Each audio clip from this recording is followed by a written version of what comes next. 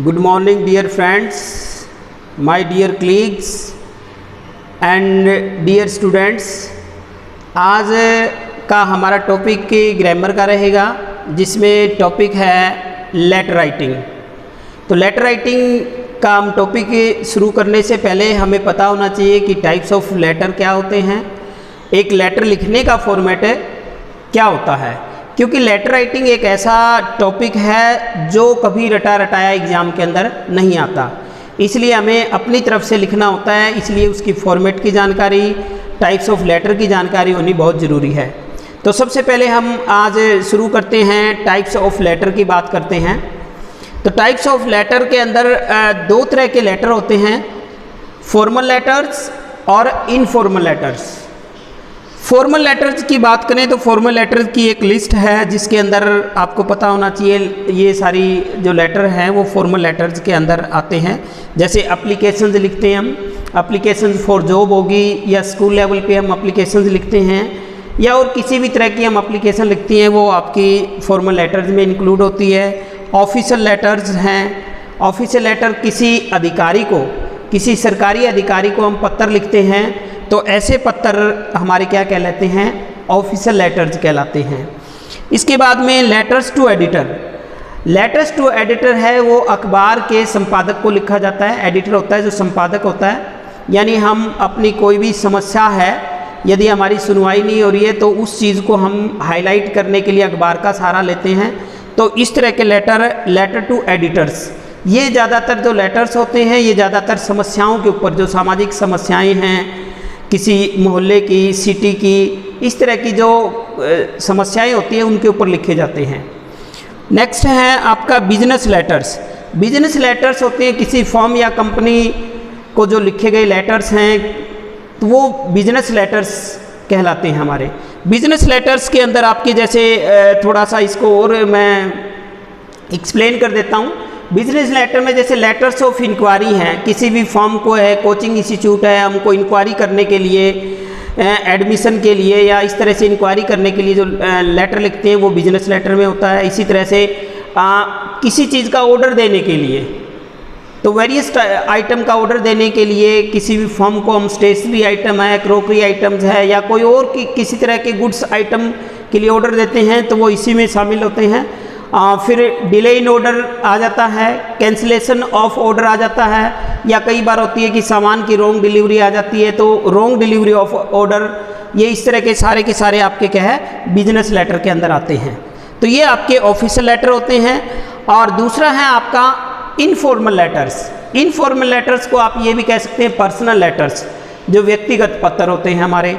Personal letters में आपके कौन कौन से होते हैं, जैसे ब्लड रिलेशंस को हम कोई लेटर लिखते हैं, ब्लड रिलेशन में आपका जैसे माता पिता चाचा जो आपके ब्लड रिलेशन में आते हैं उनको लिखते हैं। या फिर लेटर्स टू फ्रेंड्स, अपने मित्रों को, ये आपके पर्सनल लेटर्स के अंदर आते हैं। तो दो कैटेगरी के अंदर इनको बांटा गया है। ऑफिशियल लेटर फॉर्मल है क्योंकि इनके अंदर कुछ फॉर्मेलिटीज़ करनी पड़ती हैं। लेटर की एक लैंग्वेज होती है, वो उस लैंग्वेज में लिखनी पर्टिकुलर सोफिस्टिकेटेड लैंग्वेज का हमें यूज़ करना पड़ता है। जबकि पर्सनल लेटर हम अपनी लोकल भाषा के अंदर भी लिख सकते हैं, अपनी पर्सनल फीलिंग्स को भी एक्सप्रेस कर सकते हैं। इसलिए इनको दो कैटेगरी के अंदर बांटा गया है। अब हम फॉर्मेट ऑफ ए लेटर के बारे में देखते हैं कि एक लेटर का फॉर्मेट क्या होता है। इसकी ज्ञान होना हमें बहुत ज़्यादा ज़रूरी है, क्योंकि लेटर के फॉर्मेट के बगैर हम एक लेटर राइटिंग की रचना नहीं कर सकते। और एग्ज़ाम में अक्सर क्या होता है कि जो स्टेटमेंट आती है, काफ़ी स्टेटमेंट को देखकर काफ़ी कुछ है वो हम लेटर तैयार उसी में से कर सकते हैं, लेकिन उसके लिए हमें एक लेटर के फॉर्मेट का ज्ञान होना बहुत ज़रूरी है। तो चलिए हम देखते हैं लेटर का फॉर्मेट में क्या क्या शामिल है। सबसे पहले आपका जो राइट हैंड साइड में है कॉर्नर पे, आज के लिए मॉडर्न मेथड है लेटर राइटिंग का।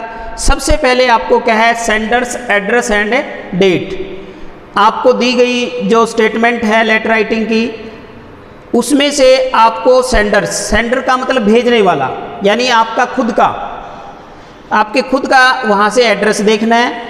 नाम इसमें आपका इंक्लूड नहीं होता, सिर्फ लेटर इंक्लूड होता है।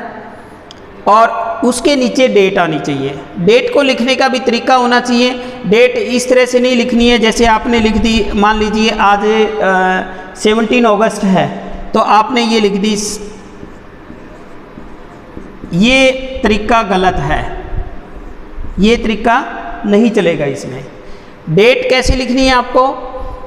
डेट इस तरह से लिखनी है, या तो अगस्त 17, 2020, या तो इस तरह से लिखो, या फिर 17 अगस्त 2020, या फिर आप ऐसे भी कर सकते हो 17 अगस्त 2020।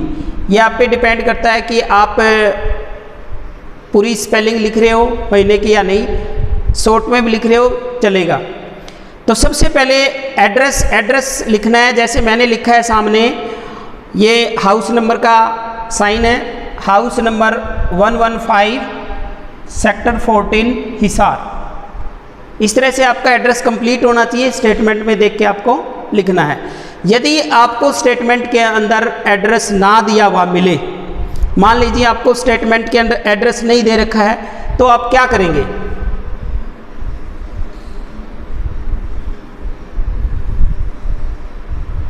तो ऐसी अवस्था में आपका एड्रेस, क्योंकि आप किसी एग्ज़ाम के अंदर अपीयर हो रहे होते हैं, उस टाइम एग्ज़ाम में अपीयर है, तो आपका एड्रेस ऑटोमेटिकली क्या बन जाता है? एग्जामिनेशन हॉल सेंटर, आपका जो भी सेंटर नंबर है, सेंटर करके आपको पता है तो ठीक है, नहीं डैश डैश करके छोड़ सकते हो। और नीचे XYZ जो प्लेस की जगह है, उसकी जगह हम क्या करते हैं? XYZ, इस तरह से हम लिख देते हैं, और नीचे इसके आ जाएगी आपकी डेट।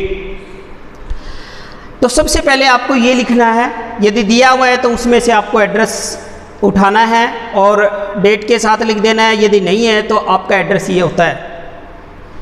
दूसरे नंबर पे थोड़ा गैप छोड़कर, एक लाइन का बीच में गैप छोड़कर, address of the addressee. Address of the addressee का मतलब जिसको आप पत्र लिख रहे हो, आप किसी अधिकारी को पत्र लिख रहे हो, किसी बिजनेस फर्म को पत्र लिख रहे हो, तो उसका एड्रेस इस तरह से आपको लिखा जाता है, एड्रेस ऑफ द एड्रेसी।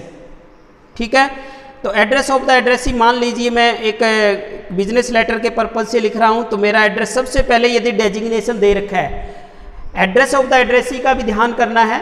सबसे पहली लाइन के अंदर डेजिग्नेशन आता है कि आप मैनेजर को लिख रहे हो, SHO को लिख रहे हो, या किसको लिख रहे हो, जैसा भी आपका लेटर का टाइप है। उसके बाद में उसका एड्रेस, और लास्ट में जो स्थान, जिस स्थान पे ये एड्रेस है, इस तरह से आपको, ये नहीं है कि एक लाइन के अंदर आप सारा कुछ लिख दो।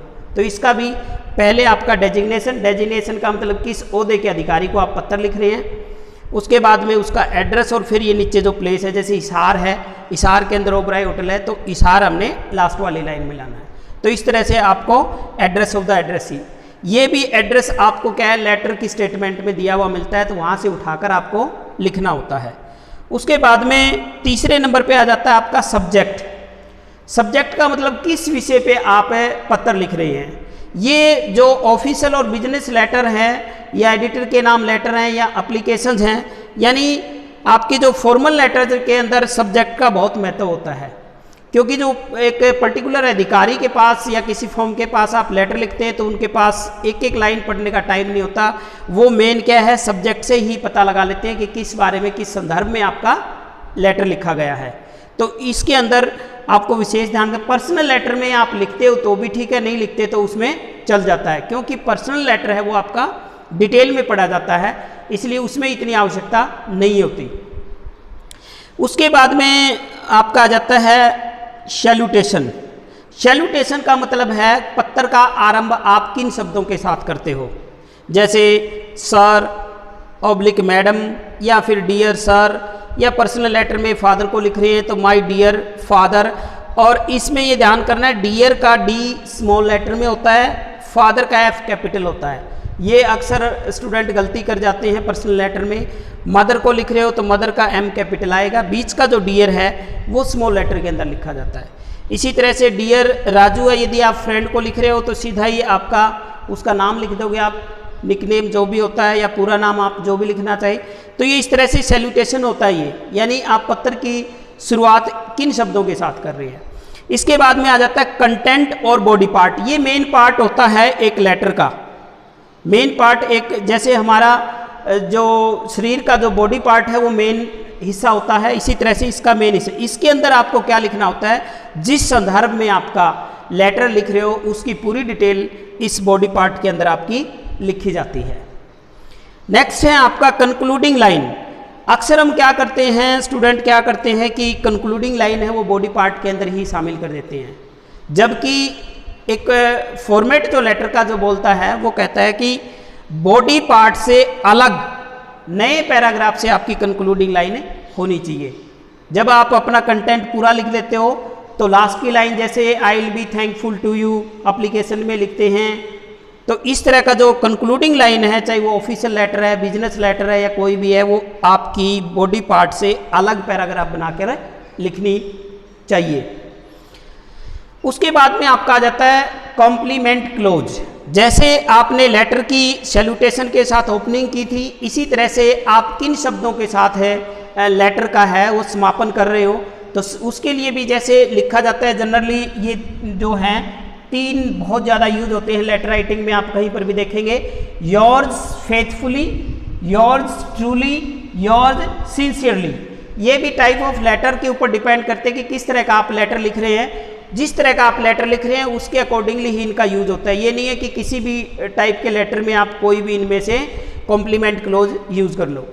ज़्यादातर क्या है, ऑफिशियल एड्रेस, ऑफिशियल जो लेटर होता है आपका उसके अंदर हम योर्स फेथफुली का यूज करते हैं, या फिर हम क्या करते हैं, यदि पर्टिकुलर ऑफिस अननोन है, बिल्कुल अनजान है, तो हम योर्स ट्रूली का भी यूज कर देते हैं। एडिटर के नाम जो लेटर लिखते हैं उसमें हम ज़्यादातर योर्स ट्रूली का प्रयोग करते हैं।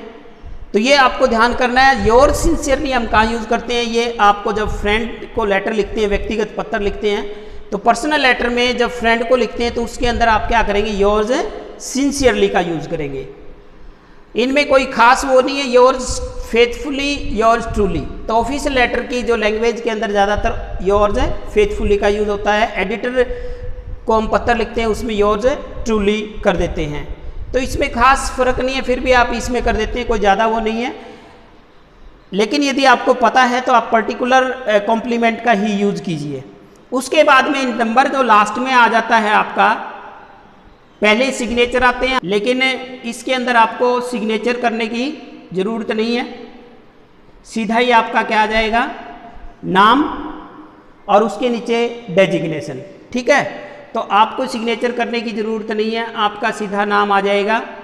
आप सीधा ये भी कर सकते हो, लेटर में नेम एंड डेजिग्नेशन। डेजिग्नेशन यदि आपका दे रखा है कोई तो लिखना है, और डेजिग्नेशन को आपको क्या करना है, ब्रैकेट के अंदर लिखना होता है। यदि डेजिग्नेशन दे रखा है, डेजिग्नेशन का मतलब आप स्टूडेंट एडिटर हैं या कोई आप पर्टिकुलर मॉनिटर हैं क्लास का, कोई प्रतिनिधि रिप्रेजेंट कर रहे हो, प्रिंसिपल को लिख रहे हो, तो उसमें आपका मॉनिटर आ जाएगा, नेम और किस क्लास के मॉनिटर हैं आप, इस तरह से। यदि दे रखा है तो ठीक है, नहीं तो अपना नाम नीचे लिखना है और बाकी आपका लेटर समाप्त हो जाता है। तो ये 8 स्टेप्स हैं एक लेटर राइटिंग को लिखने के। यदि आप ये 8 स्टेप एक लेटर राइटिंग के सीख जाते हो आप, तो किसी भी तरह का लेटर क्यों ना हो, स्टेटमेंट यदि दे रखी है तो उस स्टेटमेंट में से हम इतना तो ज़रूर निकाल कर लिख सकते हैं कि उसमें हमारा पासिंग मार्क आराम से आ सकते हैं, 0 नहीं होगा हमारा। तो इसलिए आपको ये ध्यान देना है।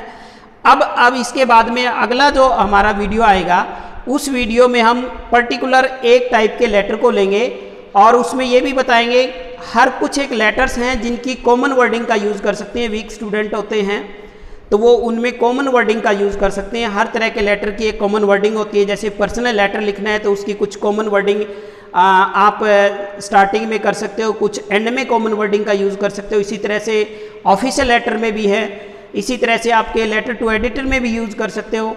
तो वो हम आपको नेक्स्ट वीडियो के अंदर बताएंगे इस वीडियो में आप ये अच्छी तरह से कर लेना। Thank you, have a nice day.